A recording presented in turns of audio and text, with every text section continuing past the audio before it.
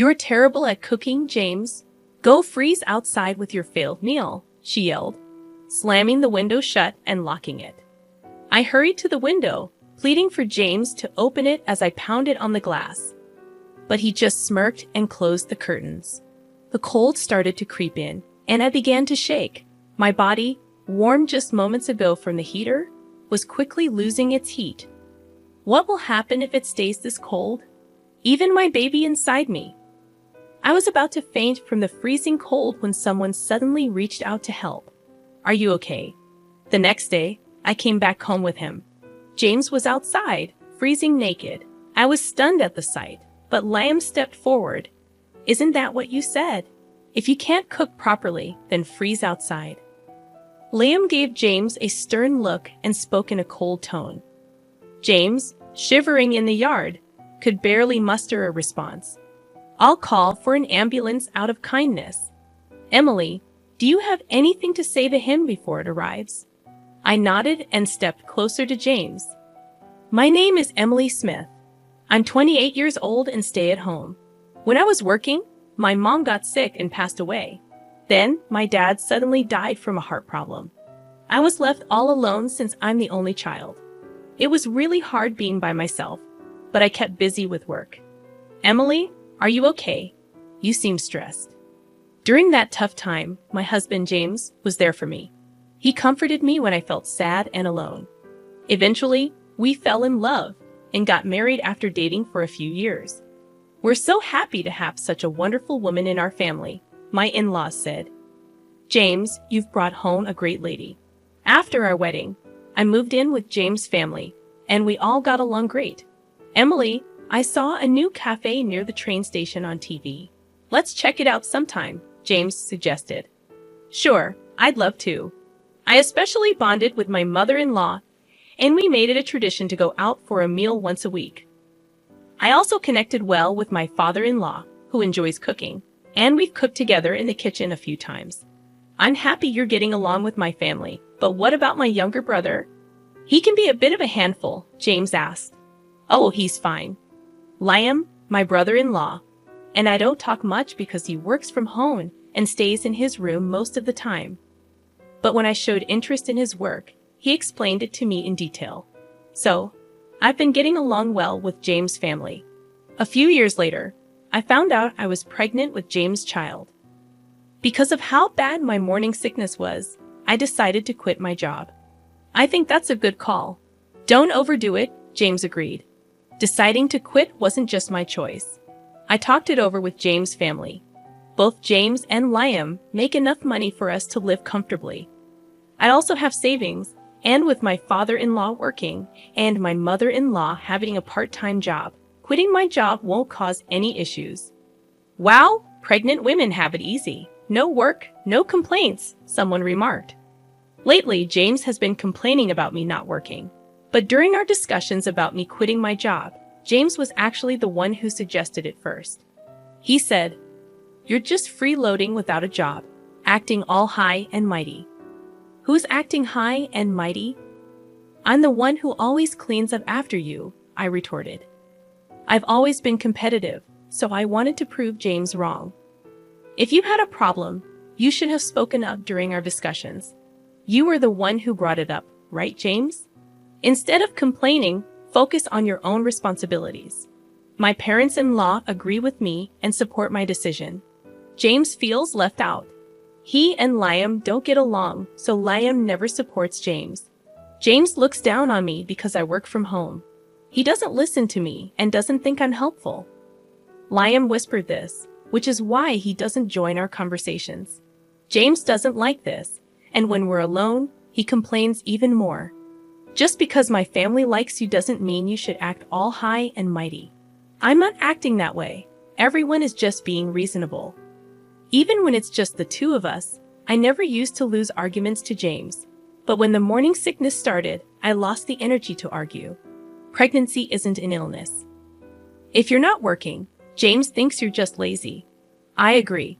Pregnancy isn't an illness, but Emily is putting in a lot of effort to nurture another life. That's hard work in itself, Liam acknowledged. Liam started helping out too. Whenever James complained to me, Liam would step in and tell his parents. While James got scolded by them, Liam took care of me. At this rate, it's hard to tell who the real father is, I joked, rubbing my belly. With my in-laws keeping an eye on things, I hoped James would eventually change. Until then, I kept trusting him. Oh, James isn't back yet? No, not yet. Suddenly, James started coming home late all the time. He claimed it was because of overtime, but I wasn't sure if that was true. Even on his days off, he'd say he was working late or got called in unexpectedly and wouldn't come home at all. I began to suspect James was cheating, and so did his parents. We tried to gather evidence together, but it was tough to catch him in the act. He always seemed to be at the office, and we couldn't find any evidence of him seeing another woman. Well, we can't really know what's going on inside the company, his parents said. I asked one of his coworkers, but she said everything seemed normal. Hey, Emily, take it easy, she told me. My morning sickness got so bad that I couldn't do any housework. But my father-in-law cooked, my mother-in-law helped with other chores, and Liam pitched in, so everything was okay. You should be ashamed of yourself. Lying around all day, not doing any housework, even though you're a homemaker? Why are you even here? James, who had seen his parents doing chores, woke me up one night just to say that. When I looked upset, Liam replied, "That's rich coming from someone who's not pulling his weight as a husband. Every time you challenge me, even though I'm the eldest." Well, you're not exactly the role model type of brother. You've always been a bit of a know-it-all, Liam retorted. The argument between the brothers escalated, almost turning physical, before their parents stepped in to stop them. After hearing what happened, their parents scolded James, saying, "That's enough. Do whatever you want." "Wait, James, where are you going without talking to me?" James left without a word. "I'm really sorry about that. We'd apologize," their parents said to me in place of James, and the situation calmed down. However, James's behavior has been worsening, and something needs to be done soon. I was at a loss for what to do. Is everything okay? One Saturday, my in-laws had planned a trip for a local event. Despite arranging it beforehand, they were worried about leaving me alone due to James's recent behavior. "I'm concerned about leaving you," my mother-in-law said. "I'll be fine. My morning sickness has eased up a lot," I assured them. They left with concern, and around the same time, Liam had overnight commitments. "I'm sorry for leaving at this time," Liam said. "It's okay, take care," I replied. Not long after they left, Liam also departed. James was unusually at home that day, still asleep. Despite not feeling my best, I decided to get up and do things around the house. I didn't want to risk James's criticism if I stayed idle. Thankfully, my father-in-law had prepared plenty of dishes and stored them in the fridge. I started cleaning and doing laundry, taking it easy on myself. "Hey, breakfast!" James finally woke up close to noon, still looking grumpy with messy hair. He demanded breakfast, and I rolled my eyes, grabbing some leftovers from the fridge. "What's that? Leftovers your dad made you? You can't even cook as a homemaker," James remarked. His comment annoyed me. Why does he say things like this? Doesn't he realize I'm pregnant with his child? There's no excuse for his behavior. Sorry, but right now, my main job is taking care of our baby. Household chores can wait. "How dare you talk to your husband like that?" James shouted at me, but then Liam barged in, breaking the tension. I could hear them arguing loudly outside. "You stay out of this!" James snapped at Liam before storming off to his room, muttering angrily. As expected, James made a racket and then left the house. Liam let out a heavy sigh. "You okay?" Liam asked as he entered the room. "Yeah, what brings you here?" I replied. "I just came to pick up something I forgot," Liam explained, looking at me with concern. I chuckled, noticing how much he resembled his mother. "It's all right, go ahead. Don't worry about me," I assured him. "Okay then, I'll head out," Liam said, hesitating for a moment before leaving. I couldn't help but wonder, where did the James I first met go? At this rate, it seemed like divorce was inevitable. but I still wanted to remain close to my in-laws. Feeling suddenly drained, I decided to lie down, and before I knew it, I fell into a deep sleep. "Emily, time to wake up." James's voice interrupted my sleep. "Mim," I mumbled as I sat up. I met James's eyes, expecting him to scold me. However, he gave me a wry smile. "I'm sure I'll get an earful from James later," I thought. "I wanted to let you sleep, but it's already evening," James said in a surprisingly gentle tone. I was shocked by his kindness. "I've prepared dinner, so when you're ready, come join me," he added before leaving the room. I noticed a blanket over me and couldn't help but wonder if James had covered me. I went to the kitchen and found my father-in-law's dishes already warmed up, ready to eat. "I'm sorry, Emily," James said sincerely. "When I found out we were having a baby, I was thrilled, but then I got overwhelmed and took it out on you. This cake is my way of apologizing." James presented a cake to me. Honestly, this gesture couldn't erase all the past hurts, but his genuine apology warmed my heart. For now, I decided to forgive him and enjoy our meal together. "Look, it's snowing," James exclaimed excitedly. "Oh, you're right. Let's go see," I replied, following him to the window. The sight of the snow falling against the night sky was beautiful. Since I came from a place where it rarely snowed, this was a special moment for me. Without hesitation, I moved closer to the window. "Let's open it," James suggested. "But it'll be cold," I protested. "Just put on a jacket," he insisted as he draped one over me and opened the window, letting in the chilly wind. As I braced myself against the cold, James hugged me. Suddenly, I found myself outside, and when I turned around, I saw James grinning mischievously. "You're a homemaker who doesn't do the housework. That makes you a bad wife. Think about that tonight," he teased. "Excuse me? What are you saying? You can't even cook," I retorted. With that, James shut and locked the window. I rushed to the window, pleading with James to open it as I pounded on the glass, but he just grinned and closed the curtains. The cold was starting to make me shiver. My body, warm from the heater just moments ago, was rapidly losing its warmth. What am I going to do if this continues? Even my baby inside me, just as I felt like I might pass out from the cold and shock, someone reached out to me and asked if I was okay. They helped me into their car. "Why were you out here at this time of night?" It was Liam, who had come home earlier than planned because he was worried about James. The car's heater warmed me up, and I felt relieved. "We should go to the hospital, just to be safe," Liam suggested as he drove me there. Thanks to his quick action, both my baby and I were okay. While I was being examined, Liam arranged for a hotel where we could stay. He left to take care of something else. "I'm so relieved. You're going to be a strong baby, right?" Feeling reassured, I rubbed my belly. I was grateful that nothing serious had happened. Exhausted, I fell asleep as soon as I lay down on the bed. "Oh, Emily, are you feeling better now?" Liam asked as we left the hospital. "Yes, I'm completely fine now. Thank you so much," I replied gratefully. "No problem. Shall we head home?" Liam suggested. The next day, as we arrived home, I was shocked to see James freezing naked in the yard. Liam approached him with a cold gaze and tone. "This is what you said, right? If you can't cook properly, then freeze outside." James, shivering, couldn't even respond properly. "I'll call an ambulance out of kindness."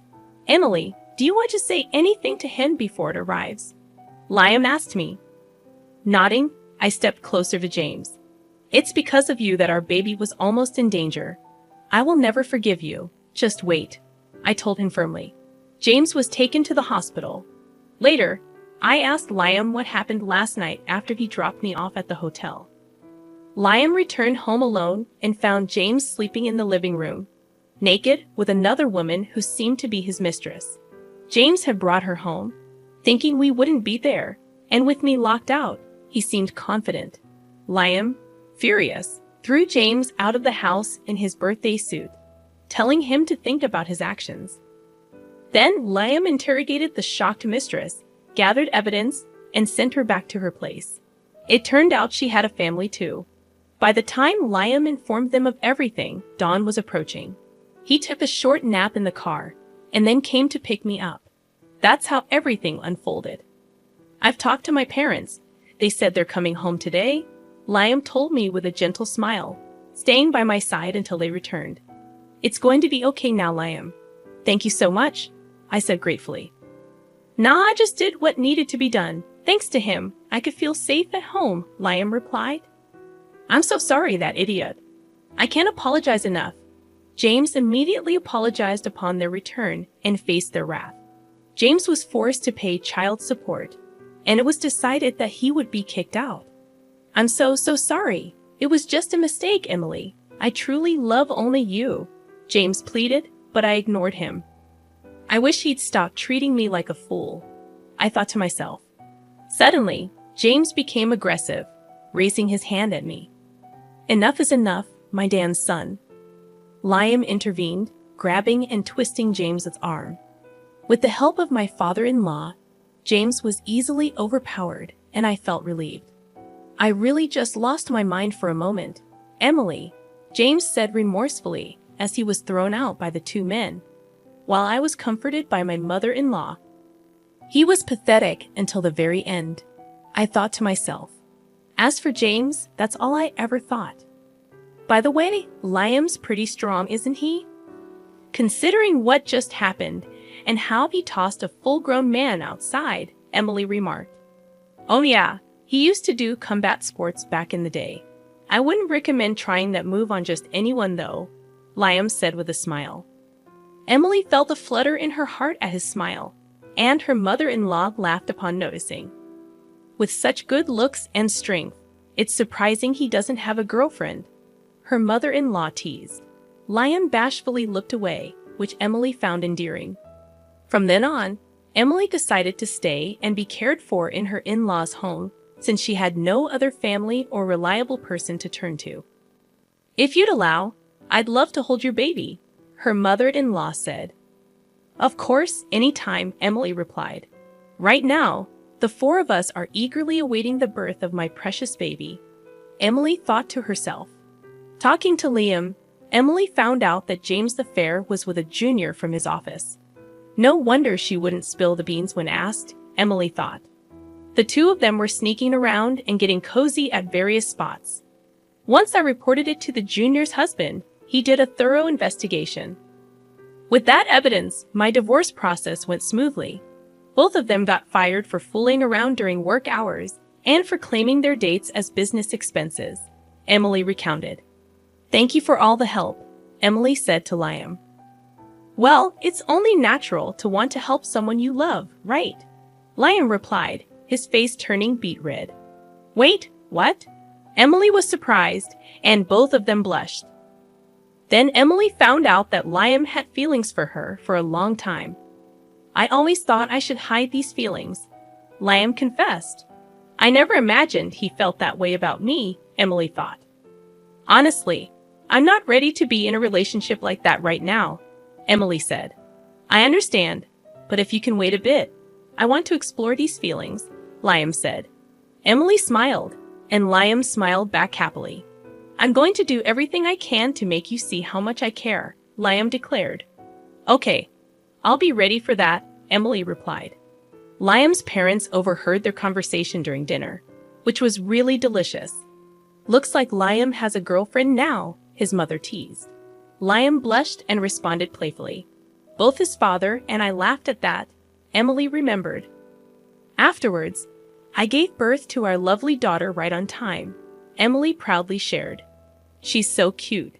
Congratulations. She looks just like Emily, adorable, Liam's parents said.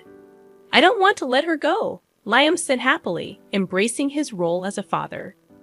Years later, I happily married Liam again, and our daughter calls him Daddy.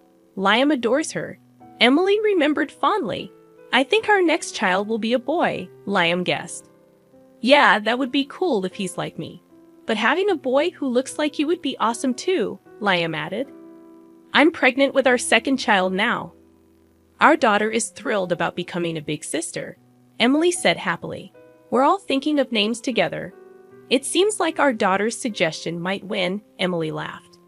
I'm going to make Emily our daughter and the new baby happy. Liam promised. Don't forget about yourself in that promise, Emily said with a smile. We're planning to live happily ever after, all 6 of us together, having fun and getting along. That's our plan, Emily concluded. We can't wait to go out together as a family once the new baby arrives.